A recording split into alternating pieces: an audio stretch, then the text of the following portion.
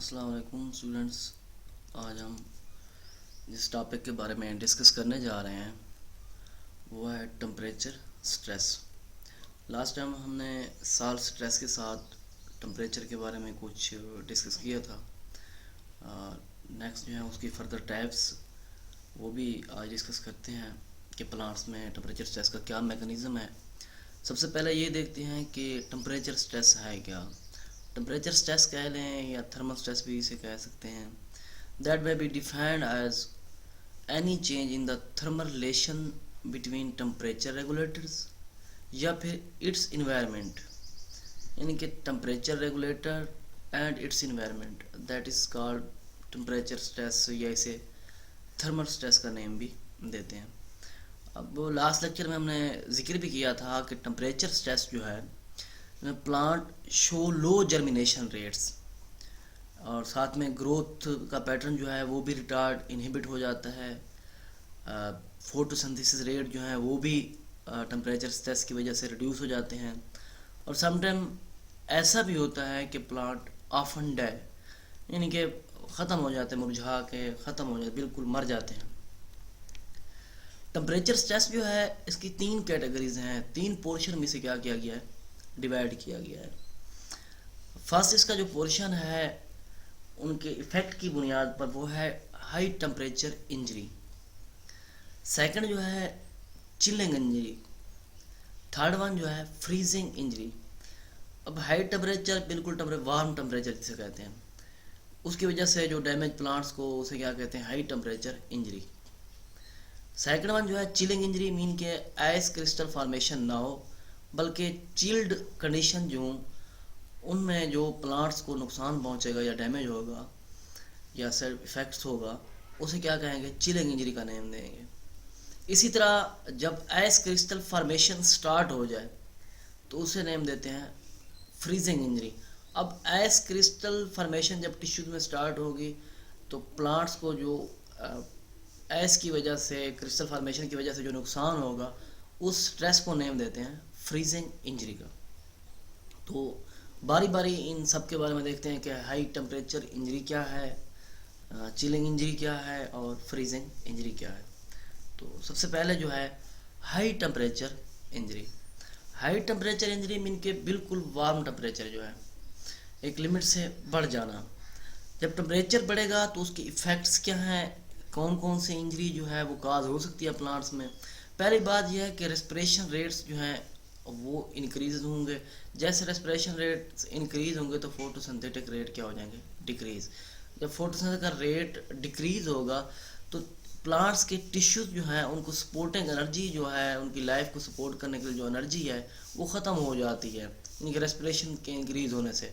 तो टिश्यू में deteriorates because the lack of life supporting energy, जिनके टिश्यू ऐसा ऐसा डैमेज होना, ख़त्म होना स्टार्ट हो जाएंगे, इंजरी होना उनकी स्टार्ट हो जाएगी due to because the lack of life supporting energy, यानी कि उनको एनर्जी बिल्कुल भी नहीं मिल रही। दूसरा मैकेनिज्म क्या हो सकता है इसमें, एक तो ये रेस्पिरेशन और फोटोसिंथेसिस वाला हो गया।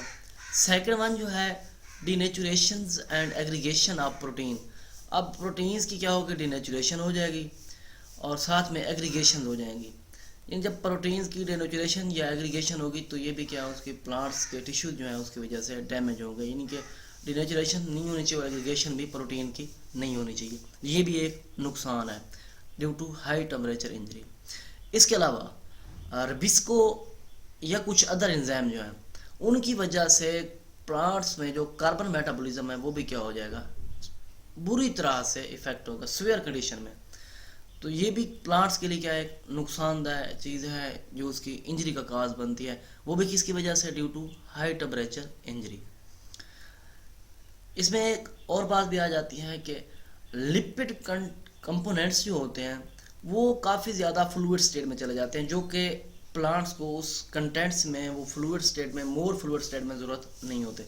यानी कि विस्कासिटी जो है लिपिड कंपोनेंट्स की वो भी क्या हो जाती है, टोटली तौर पर चेंज हो जाती है due to high temperature injury, यानी कि change in the viscosity of lipid component of the cell to more fluid state.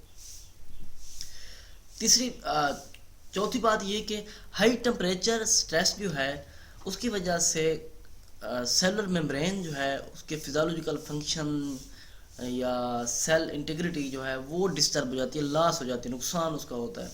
तो इसकी वजह से क्या होता है कि मेम्ब्रेन स्टेबिलिटी जो है सेल मेम्ब्रेन की वो क्या हो जाती है, ख़त्म हो जाती है, डैमेज हो जाती है, रिड्यूस हो जाती है। उसके रिड्यूस होने से फिजियोलॉजिकल फंक्शन जो है प्लांट्स में वो सारे के सारे फिजिकल जो भी परफॉर्म प्लांट्स में होते हैं वो सारे के सारे लॉस हो जाएंगे। या सेल इंटीग्रिटी ट्रिगर वगैरह भी जो है सेल का वो भी क्या हो जाएगा, रिड्यूस हो जाएगा प्लांट्स में। तो प्लांट्स इस इंजरी से खुद को बचाने के लिए कुछ मैकेनिज्म अडॉप्ट करते हैं कि इस इंजरी से बचा जा सके और सरवाइव किया जा सके। वो क्या है?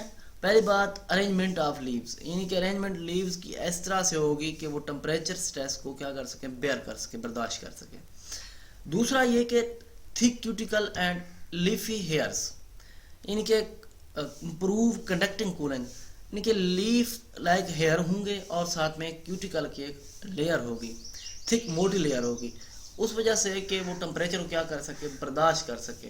और इसी वजह से प्लांट्स अपने आप को टेम्परेचर स्ट्रेस में भी कोशिश करते हैं कि हम सरवाइव कर सकें, बच सकें। तो ये सारे जितने पहले उसके काजेज़ हैं कि टेम्परेचर स्ट्रेस के इफ़ेक्ट्स क्या हैं, क्या क्या नुकसान पहुंच सकता है। सेकंड ये है कि प्लांट्स जो हैं अडाप्ट कैसे करते हैं, खुद को बचाते कैसे हैं टेम्परेचर इंजरी से। तो टेम्परेचर इंजरी के काजेज में हमने सबसे पहले रेस्पिरेशन रेट्स, फोटोसिंथेटिक रेट के बारे में देखा। जब इन चीज़ों की इंक्रीज़ या डिक्रीज़ का प्रोसेस होगा तो टिश्यू जो है वो डैमेज होना स्टार्ट होंगे क्योंकि उनको लाइफ सपोर्टिंग एनर्जी नहीं मिल रही होगी। दूसरी बात ये कि डिनेचुरेशन या एग्रीगेशन ऑफ प्रोटीन हो जाएगी, ये भी एक नुकसानदेह चीज़ प्लांट्स के लिए, ये नहीं होना चाहिए। थर्ड ये कि रबिस्को या दूसरे अदर एंजाइम जो कि कार्बन मेटाबॉलिज्म के लिए इम्पॉर्टेंट थे वो क्या होते हैं, स्वेली तौर पर इफ़ेक्ट हो जाते हैं। चौथी बात ये कि लिपिड कंपोनेंट्स जो है उनकी विस्कासिटी जो है वो चेंज हो जाती है, मोर फ्लूइड स्टेट में चले जाते हैं जो कि ज़रूरत नहीं होते।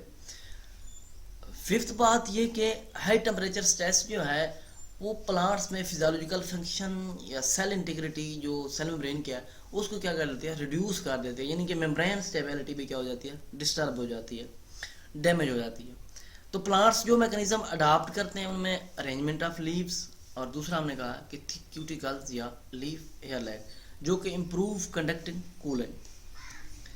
फिर आ जाती है चिलिंग इंजरी, सेकंड वन जो इसका।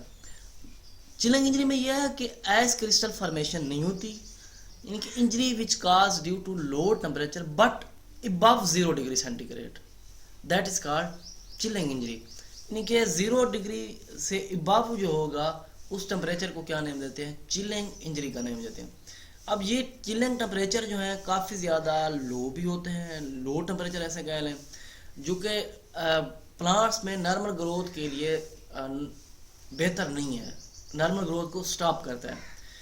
लेकिन इतना भी ये टेम्परेचर लो नहीं है कि आइस फॉर्मेशन स्टार्ट हो जाए, यानी कि आइस क्रिस्टल बनना स्टार्ट हो जाए, यानी कि ग्रोथ को इफेक्ट कर रहा है लेकिन आइस फॉर्मेशन नहीं होती।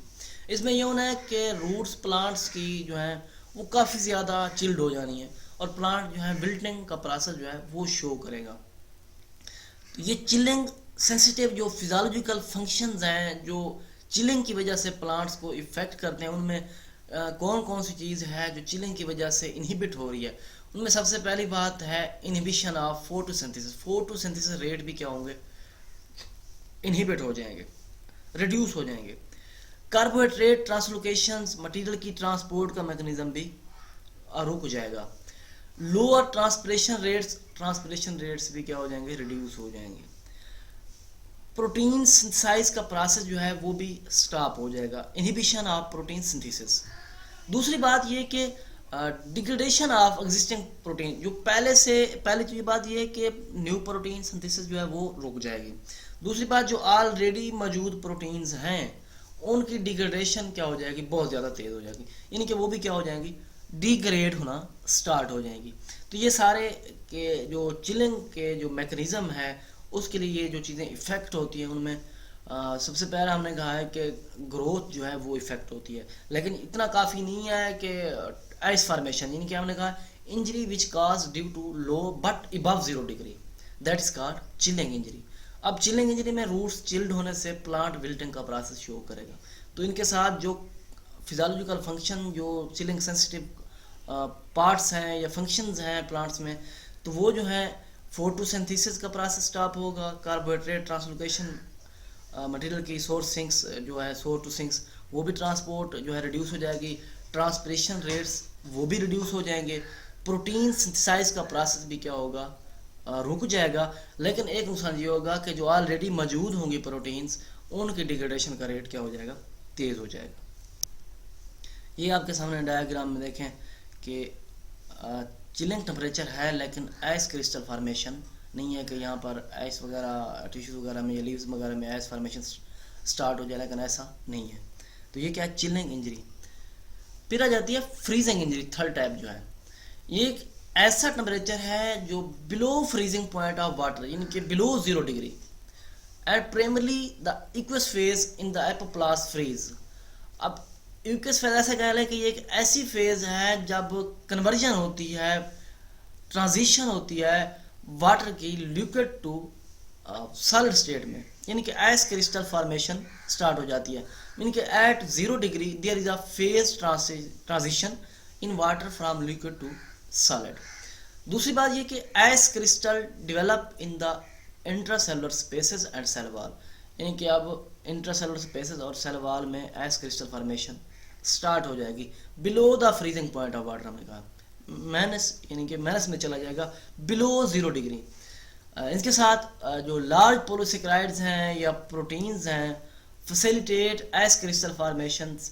ये पोलिसेक्राइड या जो प्रोटीन्स ऑलरेडी मौजूद हैं ये क्या करेंगे, आइस क्रिस्टल फॉर्मेशन को प्रमोट करेंगे। दैट इज कॉल्ड आइस न्यूक्लिएटर्स, यानी कि ये ऐसा कह लें कि आइस की एक फैक्ट्री है जहाँ पर आइस फॉर्मेशन स्टार्ट हुई है, बनना स्टार्ट हुई है।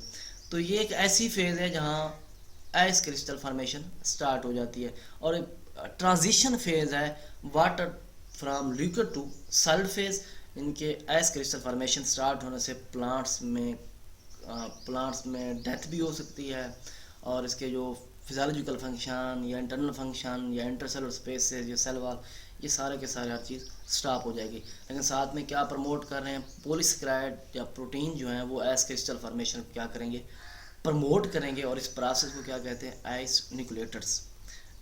अगर डायग्राम में ये देखें, वहाँ पर आपके सामने था कि जस्ट हल्की हल्का आपको फ्रीजिंग जो है, चिलिंग जो नज़र आ रही थी, लेकिन यहाँ पर देखें फ्रीजिंग बर्फ़ बनना स्टार्ट हो गया टिश्यूज़ में, सेलवार या उनके जो पोर्शन लीव्स वगैरह के ऊपर देख लें तो इंटरनल टिश्यूज़ पे भी क्या स्टॉप। तो इसकी वजह से ये हर प्रोसेस जो है उसका स्टॉप होता रहेगा।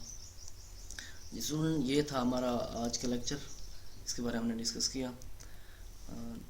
नेक्स्ट लेक्चर के लिए तक के लिए अल्लाह हाफिज़।